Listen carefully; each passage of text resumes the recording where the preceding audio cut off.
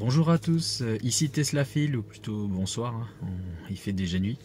Aujourd'hui on va parler d'un sujet qui va concerner de plus en plus de monde, parce que on approche le mois de février, et le deuxième mois de chaque trimestre correspond en fait aux premières livraisons des voitures de chez Tesla, parce que le premier mois c'est plutôt la production, en tout cas pour nous qui habitons en Europe. Premier mois c'est fabrication en Chine ou aux États-Unis, et puis ensuite les voitures sont rapatriées en Europe pendant le deuxième et le troisième mois de chaque trimestre. Donc on arrive sur les toutes premières livraisons des modèles 2022, et on attend, comme j'avais mis déjà dans la vidéo plus haut là, ici plutôt, des nouveautés qui sont attendues sur ces modèles. Qu'est-ce qu'il y a comme nouveauté? Je l'avais déjà dit dans la précédente vidéo. Donc on avait normalement un processeur AMD Ryzen à la place de l'Intel Atom, donc un processeur qui sera forcément plus rapide, parce que il le compare en fait aux processeurs qui équipent les PS5 et Xbox. Vraiment des processeurs très très rapides par rapport à l'Intel Atom. En fait, Intel Atom c'est vraiment l'entrée de gamme. À l'époque où j'ai été manager de rayon multimédia, et à l'époque l'Ariel Atom il est équipé, je sais pas si vous vous souvenez, des IPC, des premiers PC qui coûtaient 200 €, et c'était vraiment l'entrée de gamme. On pouvait pas faire moins rapide, et donc ça c'est ce qu'on avait sur la Tesla jusqu'à 2021. Ensuite on avait quoi comme nouveauté? On a donc la batterie lithium-ion. Donc je vous montrais tout à l'heure où aller voir ça, pour les personnes qui reçoivent leur voiture et qui aimeraient savoir s'ils en sont bien équipés. Et également donc les essuie-glaces chauffants, donc pour éviter que l'essuie-glace en hiver reste accroché en fait au pare-brise.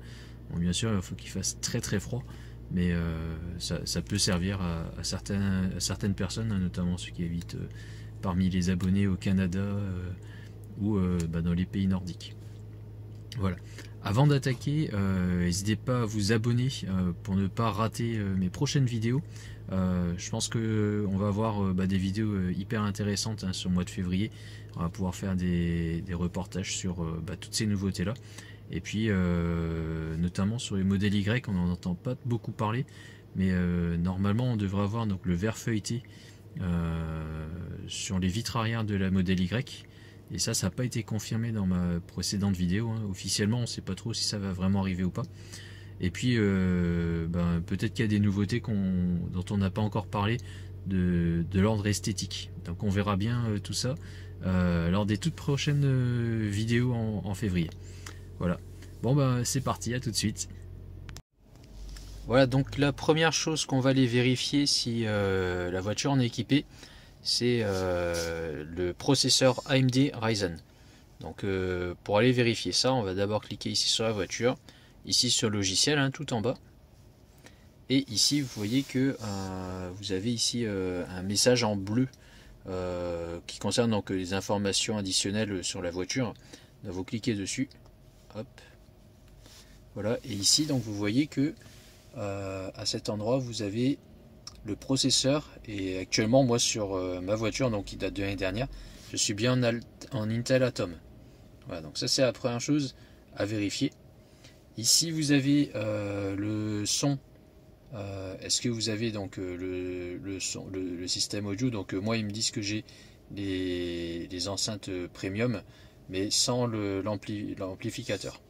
Voilà, et je sais pas en fait ici si on va avoir l'information qu'on a donc les 13 enceintes à la place des 14 enceintes, parce qu'ils en ont enlevé une pour les personnes qui ont commandé une modèle 3 LR ou performance, mais normalement donc ça devrait apparaître à cet endroit là.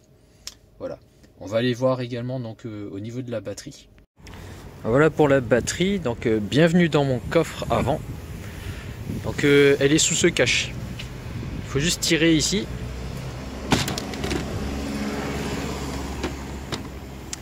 Voilà, et donc ça c'est la batterie au plomb. Donc une batterie assez classique. Donc la nouvelle, elle sera peut-être pas à cet endroit là, ou elle sera à cet endroit là, mais elle sera plus petite. Encore une autre nouveauté, donc normalement au niveau des essuie-glaces ici, on va avoir des résistances. Donc des résistances du même type que ce qu'on trouve, je pense, ici. Donc au niveau de la vitre arrière, on les voit, hein, c'est des fils qui chauffent. Et donc je pense qu'on aura la même chose à l'avant. Donc ça normalement ils seront quand même un peu visibles. Et ça permettra de voir si vous avez cet équipement. Voilà pour les 3 nouveautés majeures qu'on va pouvoir réellement voir. Hein. Enfin, le processeur, les essuie-glaces et puis la batterie. Ensuite, qu'est-ce qu'ils avaient noté aussi comme nouveauté? Donc on aura vraisemblablement donc, le nouveau système de son avec une enceinte en moins. Donc ça c'est uniquement je pense pour les LR et les performances à confirmer. C'est une information qui est pas tout à fait claire, donc je peux pas dire que les modèles propulsion, donc modèle 3 simple, en seront équipés. Ça aujourd'hui je ne sais pas du tout, peut-être qu'on aura toujours les enceintes en moins, on le verra. Et puis enfin pour les modèles Y, normalement on devrait avoir donc les vitres feuilletées à l'arrière qu'on n'aura pas normalement donc sur les modèles 3. Ça on est quasiment sûr, les modèles 3 ne devraient pas avoir cet équipement là. Et toujours pour les modèles Y, il y aura juste un accessoire qu'il faudra rajouter donc d'ici à mi-juin pour l'attelage. Donc il manquera un accessoire, je suis pas exactement sûr à quoi ça sert, parce que donc l'attelage on va pouvoir quand même y connecter tout ce qui est feu de signalisation, hein, feu stop, etc. Mais a priori, alors j'y connais rien, hein, j'ai pas d'attelage, mais sur le modèle Y, j'imagine que il y a une prise qui permet de relier à l'attelage et de donner des informations. Et je me demande si c'est même pas une des nouvelles qu'on a pu voir, hein, une caravane, enfin j'ai vu ça sur internet, une caravane équipée d'une batterie et donc qui permet de se propulser en plus, donc elle est plus réellement tractée par la voiture mais elle est propulsée, elle a sa propre batterie et elle se charge elle-même, quoi. Voilà, donc il y a une assistance sur la caravane directement. Donc est-ce que c'est ça qui permettrait de communiquer? On en saura plus certainement quand ça sortira. Voilà.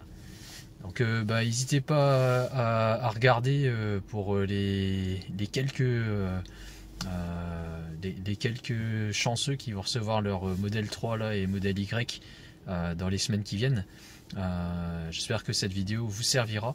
Et puis moi en attendant, la date, hein, qui était en livraison, enfin la mienne qui devait être en livraison donc pour le mois de mai, j'ai plus de date, donc maintenant je sais même pas exactement quand est-ce que je serai livré. J'espère que ça va rester pour le mois de mai, et bon, je vous tiendrai au courant quand j'aurai plus d'informations. Voilà, je vous dis à très bientôt, et puis n'hésitez pas à liker la vidéo si elle vous a plu. Au revoir.